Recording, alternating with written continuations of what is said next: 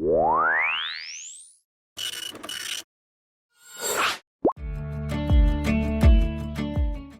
आइए इस वीडियो में हम बात करते हैं पैंडास के बारे में। जहां पिछले लेक्चर में हमने नमपाई के बारे में बात किया था और उसको समझा था कि नमपाई जो होता है वो जो होमोजेनियस न्यूमेरिकल एरे डेटा होता है उस पर अप्लाई करने के लिए इस्तेमाल किया जाता है। और जो पैंडास होता है वो कोई डेटा टेबुलर फॉर्म में है या हेट्रोजीनियस डेटा है, ठीक, तो वहाँ पर उसके ऊपर ऑपरेशन करने के लिए हम पैंडास का इस्तेमाल करेंगे। तो मेन डिफरेंस दोनों में यही है। बात करते हैं पैंडास की यहाँ से। तो सबसे पहले हम अपना जुपिटर नोटबुक खोल लेते हैं। यहाँ पर आते हैं जुपिटर नोटबुक, ये हमारा जुपिटर नोटबुक खुलेगा और इसके बाद हमारा ये ओपन हो गया। और इसके बाद अगर कोई फोल्डर होगा, मान लीजिए एक अनटाइटल्ड फोल्डर है, यहाँ पर इसी को हम रीनेम कर लेंगे। अगर आपके पास ये फोल्डर कोई ओपन मिल जाता है खाली तो ठीक है, उसको उसी पे काम करेंगे, नहीं तो आपको यहाँ पे जाना है और यहाँ से फोल्डर बना देना है, ठीक। तो हमारे पास है ये, तो इसको हम यहाँ पे क्लिक करते हैं। उसके बाद हम यहाँ से रीनेम कर देते हैं इसको और इसका नाम रख देते हैं पैंडास। अपने तरफ से कुछ भी रख सकते हैं, पैंडास फर्स्ट फोल्डर रख दीजिए या फिर, क्योंकि उसी के अंदर है, ये रीनेम कर दिया, ठीक। पैंडास फर्स्ट फोल्डर ये हमारा है, ठीक। अब इसको एक क्लिक किया, ओपन हो गया। अब इस फोल्डर के अंदर हम एक फाइल बना लेते हैं पाइथन की, ठीक। ये हमारा पाइथन हो गया, ठीक। ये इसके अंदर हो गया फोल्डर के अंदर। अब यहाँ से हम अपनी कहानी शुरू करते हैं पैंडास की, ठीक। तो सबसे पहले हम क्या काम करते हैं आपको पता है। सबसे पहले मॉड्यूल यानी लाइब्रेरी इंपोर्ट करते हैं। तो इंपोर्ट यहाँ पे लिखेंगे, किसको इंपोर्ट करना है, पैंडास को। और उसके बाद इसे रीनेम कर देते हैं एस पीडी ही चलता है ज़्यादातर, ठीक। तो ये हमने इसको पैंडास को इंपोर्ट कर लिया। और तो अब यहाँ पर पैंडास में आपको अच्छे से काम करने के लिए या फिर मतलब कोई भी जो एप्लीकेशन है, ज़्यादातर एप्लीकेशन पे अच्छे से काम करने के लिए एक सॉलिड जो आपकी बेसिस बनना चाहिए, आपका एक स्ट्रॉन्ग फंडामेंटल बनना चाहिए। तो उसके लिए आपको इसमें दो डेटा स्ट्रक्चर को पढ़ना ज़रूरी होता है। एक होता है सीरीज और दूसरा होता है डेटा फ्रेम, ठीक। डाटा फ्रेम जो होता है उसको ज़्यादा इम्पॉर्टेंट होता है और सीरीज भी होता है। तो सीरीज और डेटा फ्रेम एक ही जैसी चीज़ें हैं। थोड़ा सा अंतर है कि जो सीरीज होता है वो one dimensional array like object होता है, ठीक। One dimensional array like object होता है। तो मतलब जैसे कि आपको एक्सेल में फाइल दिखाते हैं आपको, तो यहाँ पर आपको समझ में आ जाएगा। अगर मान लीजिए हम इसको खोलते हैं, ठीक, तो आपको जो ये पहली लाइन दिख रही है, ये पूरा कॉलम दिख रहा है, ये सीरीज है। एक सीरीज ये है, एक सीरीज ये, एक सीरीज ये है, ठीक। तो इन तीन सीरीज को मिलके हमारा क्या बन जाता है, टेबुलर फॉर्म में डेटा बन गया। तो जो टेबुलर फॉर्म में जो डेटा दिख रहा है ये क्या है, ये डेटा फ्रेम है। और जो कॉलम दिख रहे हैं आपको पूरे, ठीक, ये आपका सीरीज हो गया। तो सीरीज से मिलकर हमारा डेटा फ्रेम बन जाता है, ठीक। यानी कॉलम से मिलके सभी कॉलम को ऐड कर दें तो पूरी टेबल मिल जाएगी। यही टेबल हमारी क्या होती है, ये होती है हमारी डेटा फ्रेम।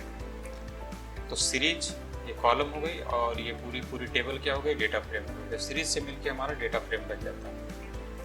तो सबसे पहले हम जो बात करेंगे वो किसकी बात करेंगे, सबसे पहले हम सीरीज की बात कर लेते हैं। तो एक सीरीज बना के देखते हैं, ठीक।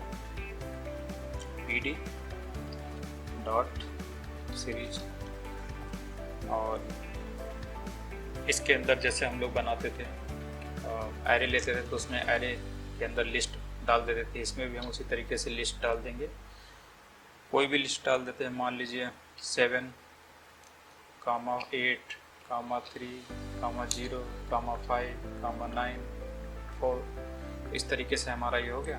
और इसको एक नाम भी दे देते हैं, क्योंकि सीरीज है तो उसका एक नाम भी तो होना चाहिए। मान लीजिए ARB दे दिया, ठीक। ARB नाम का मतलब ये जो सीरीज से हम क्या बना रहे हैं, प्रकार का एक ऑब्जेक्ट ही तो बना रहे हैं, ठीक। तो हमारा क्या बन जाता है, ऑब्जेक्ट ही बन जाता है, ठीक।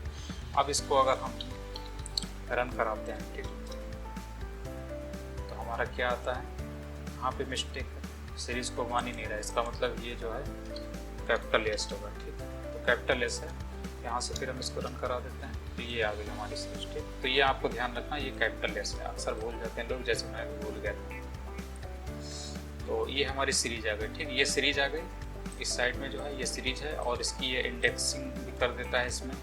ये अच्छी चीज़ है कि हम इसी इंडेक्स से इसको एक्सेस भी कर पाते हैं, ठीक।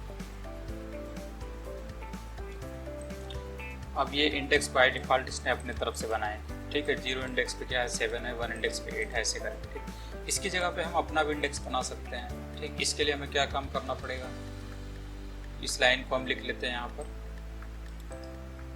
कॉपी कर लिया, यहाँ पे लिख दिया, ठीक। और इसका हम इसके अंदर ही क्या काम करते हैं, एक इंडेक्स भी दे देते हैं, ठीक। मतलब एक तो हमारी लिस्ट है, दूसरा हम यहाँ पे इंडेक्स दे देते हैं, इंडेक्स इक्वल्स टू, और इंडेक्स में भी हम क्या करेंगे, लिस्ट ही पास करेंगे, लिस्ट ही देंगे, ठीक। लिस्ट पे हम दे देते हैं, मान लीजिए ए, उसके बाद कामा बी, कामा, यहाँ पे कामा नहीं होगा, कामा बाहर होगा, उसके बाद कॉलम में सी, फिर उसके बाद कामा। जितने आपके यहाँ पर एलिमेंट है ना, आपको उतने इंडेक्स देने पड़ेंगे। थोड़ा हम यहाँ से कम कर लेते हैं ताकि हमें ज़्यादा लिखना ना पड़े, वैसे भी मैं आलसी हूँ बहुत ज़्यादा, तो ऐसे ही करते हैं काम, ठीक। तो ये हमारा हो गया, और इसके बाद हम क्या काम करते हैं, तो ये हमारा कंप्लीट हो गया। इसके बाद हम इसको रन करा देते हैं, ठीक। तो AR भी इसको रन कराया, तो देखिए ये जो इंडेक्स थे ये कन्वर्ट हो गए, ये 0 1 2 3 ये किस में कन्वर्ट हो गए, हमारे वाले जो दिए गए इंडेक्स उससे कन्वर्ट हो गए। तो ये अच्छी टेक्निक है कि हम इसके जो हमारी ये जो सीरीज बनी हुई है, ये जो सीरीज मिलती है 7830 वाली, इसको हम एक इंडेक्स वैल्यू दे देते हैं। तो इस तरीके से इंडेक्स दिया जा सकता है, ठीक। अंदर एक यहाँ पर लिस्ट पास किया, ठीक है, दूसरी लिस्ट कैसी होगी, इंडेक्स की होगी। ये वैल्यू की लिस्ट है और दूसरे इंडेक्स वाली।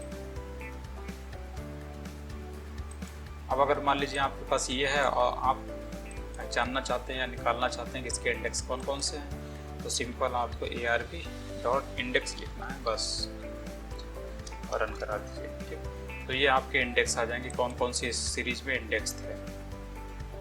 अब ये सीरीज आपकी कंप्लीट सीरीज है, ये यहाँ से इतनी, ठीक। और उसका डेटा टाइप भी बता रहा है कि INT64 इंटीजर 64 है, ठीक। तो इसका इंडेक्स हमने पता किया डॉट इंडेक्स करके, ARB यानी ऑब्जेक्ट डॉट इंडेक्स, ठीक। इससे हमारा इंडेक्स आ गया। तो ये इंडेक्स बता रहा है पूरा ABCD इंडेक्स है, और इसका जो डेटा टाइप है क्या है, वो ऑब्जेक्ट है। अब इसके एलिमेंट को एक्सेस करने का तरीका वही पुराना है, जैसे हम लिस्ट या एरे में करते हैं, तो वैसे ही यहाँ पर भी है। अगर मान लीजिए आपको इस D की वैल्यू निकालनी है, कितनी है, ठीक, तो यहाँ पर वैसे ही लिखना है जैसे बाकी में लिख देते हैं, ठीक, उसे लिखना है। और उसके बाद हम क्या काम करते हैं, रन करा देते हैं इसको, तो आपको इसकी वैल्यू 0 मिल जाती है। मतलब D इंडेक्स पे कितनी वैल्यू है, 0 है, तो ये आपको मिल गया। और अगर हम चाहें तो ये जो हमारा सीरीज है, इसको एक पर्टिकुलर वैल्यू से मल्टीप्लाई भी कर सकते हैं। तो सारे कुछ जो वैल्यू हैं ये 7830 सब पे मल्टीप्लाई हो जाएगा, जैसे कि ARB मल्टीप्लाइड बाय 10, ठीक। इसको रन कराते हैं, तो ये देखिए सारे जो वैल्यू थे हमारे, जो वैल्यू थे 770 हो गया, 880 हो गया, ऐसे करके सब बदल गया। तो जितने नंपाई पे जितने ऑपरेशन करते थे वो यहाँ पर भी लागू हो जाएंगे वैसे ही। तो अब मान लीजिए हम इसमें एक पर्टिकुलर जो नंबर है इसमें, ठीक। तो अभी ARB की वैल्यू आप निकालते हैं तो हमारा क्या वैल्यू आएगा ये, ठीक है। और इसमें हम चाहते हैं कि जो भी 3 से छोटा हो, ठीक, जो 3 से बड़े हैं वो वही यहाँ पर आने चाहिए सीरीज में। ऐसी सीरीज चाहिए हमें जिसमें 3 से बड़े नंबर आने चाहिए, ठीक। तो बिल्कुल वैसे ही जैसे नंपाई में करते तो वैसे यहाँ पर भी ऐसे ही करेंगे, कंडीशन दे देंगे अंदर ARB, और 3 से बड़े होने की बात की है उसको लेना है, ठीक। ARB इज ग्रेटर देन 3, ठीक। अब इसको हम रन करा देते हैं, तो इसमें 3 से जो बड़े थे यानी 7 8 यही इसमें शामिल हुए, ठीक है। तो हमें जो सीरीज मिली उसमें 7 8 ही शामिल है, क्योंकि इस कंडीशन के आधार पर, ठीक। ये छोटी छोटी चीज़ें हैं, जैसे नंपाई में इस्तेमाल करते तो वैसे भी यहाँ पर है ये सब। और एक चीज़ जो यहाँ पर ध्यान देने लायक ये है कि ये जो हमारा ऑब्जेक्ट है, मान लीजिए AR, ठीक, इसको रन कराया तो ये आया। और एक बात जो यहाँ पर ध्यान देने लायक है वो ये है कि जैसे हमारा ये ऑब्जेक्ट दिख रहा है आपको, सीरीज ऑब्जेक्ट, तो इसका हम एक नाम भी रख सकते हैं, ठीक। तो इसमें नेम एट्रीब्यूट होता है, उसके जरिए हम इसका नाम रख सकते हैं सीरीज का। और इसके जो इंडेक्स हैं, इंडेक्स का भी आप नाम रख सकते हैं, तो उसमें भी नेम एट्रीब्यूट काम आ जाता है। तो चलिए इसके सबसे पहले हम इसका जो ऑब्जेक्ट का नाम है उसका नाम रखते हैं। तो ARV ऑब्जेक्ट है, ठीक, और इसको एक नाम देते हैं, और इसको नाम देते हैं, मान लीजिए कुछ भी देते हैं, स्ट्रिंग वैल्यू देते हैं, कोई नाम, मान लीजिए कुमार देते हैं, ठीक। और इसके बाद हम ARV डॉट इंडेक्स का नाम देते हैं। ये ऊपर वाला तो हमने ऑब्जेक्ट का नाम दिया, ठीक है, ऑब्जेक्ट का नाम दे दिया कुमार। अब इंडेक्स का नाम देते हैं, इंडेक्स मतलब ये जो ABCD है इनका भी हम एक नाम दे देते हैं, मतलब एक ग्रुपिंग कर देते हैं उसको एक नाम के अंदर, इंडेक्स। उसके बाद नेम, दोनों में नेम एट्रीब्यूट है। देखिए ऑब्जेक्ट को डिफाइन, ऑब्जेक्ट का नाम डिफाइन करने में और इंडेक्स का नाम डिफाइन करने में, दोनों में नेम एट्रीब्यूट आ रहा है, ठीक। तो इसी लिस्ट को भी कर देते हैं, इसका नाम रख देते हैं इंडेक्स, ऑब्जेक्ट इंडेक्स रख देते हैं, ठीक।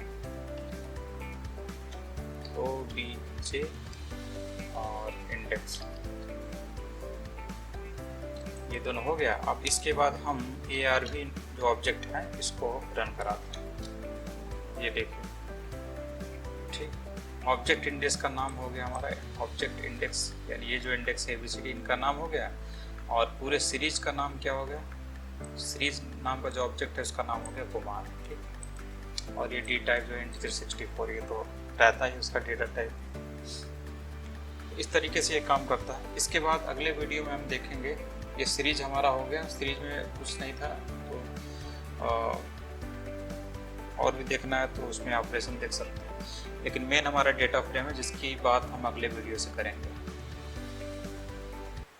Audio Jungle.